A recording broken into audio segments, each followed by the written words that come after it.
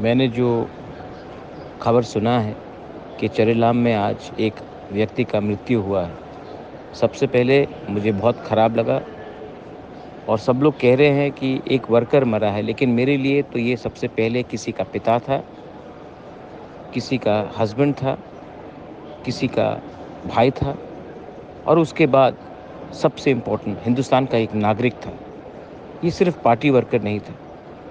मैं अपील करता हूँ कि उस एरिया में अमन और शांति रहे और मैं फिर से त्रिपुरा के लोगों को एक बात बोलना चाहता हूँ कि कब तक ये लड़ाई-झगड़ा रहेगा, पॉलिटिकल वायलेंस रहेगा?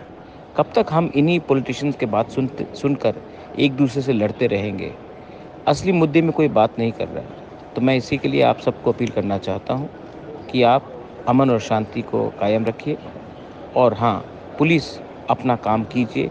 गुंडा, गुंडा होता है, उनका कोई धर्म नहीं होता है, उनका कोई पार्टी नहीं होता है।